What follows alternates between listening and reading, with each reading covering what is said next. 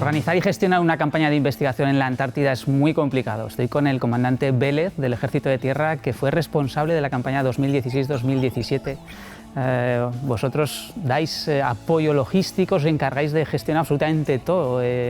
¿Cuál es exactamente vuestra labor allí? Nosotros, el Ejército de Tierra está encargado de gestionar la base Gabriel de Castilla, una de las dos bases científicas que España tiene en la Antártida desde hace ya más de 30 años. Gestionar una base supone abrir una base que ha estado cerrada durante 8 meses, que te la puedes encontrar como te la encuentres, y es adquirir todo ese material necesario para que esta base esté funcionando durante 100 días.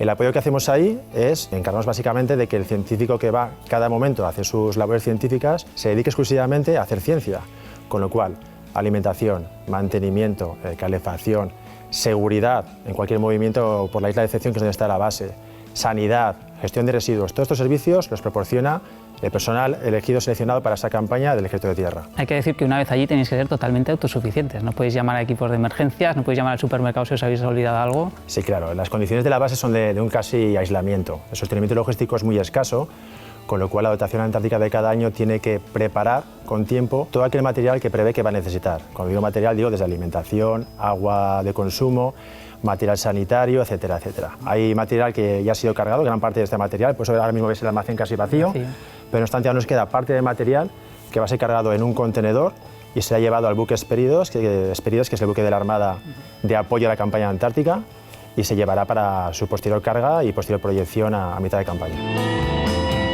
Una cosa que estoy viendo es que tenéis que enviar todo el agua potable hasta allí, ¿no?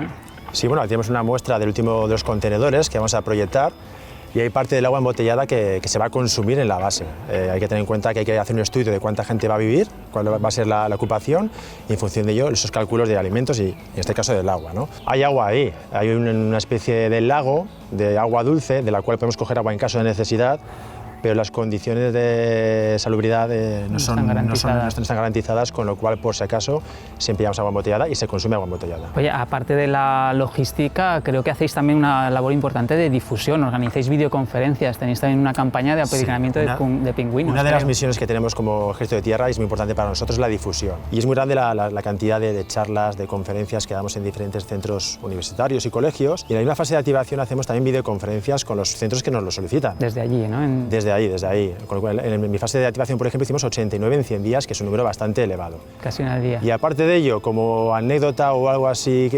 un asunto que llega mucho al público más infantil es el tema del apadrinamiento de pingüinos. Se trata de que el niño que está interesado solicita apadrinar un pingüino, es una campaña gratuita, y recibe a cambio un diploma de un pingüino al cual él ha puesto nombre.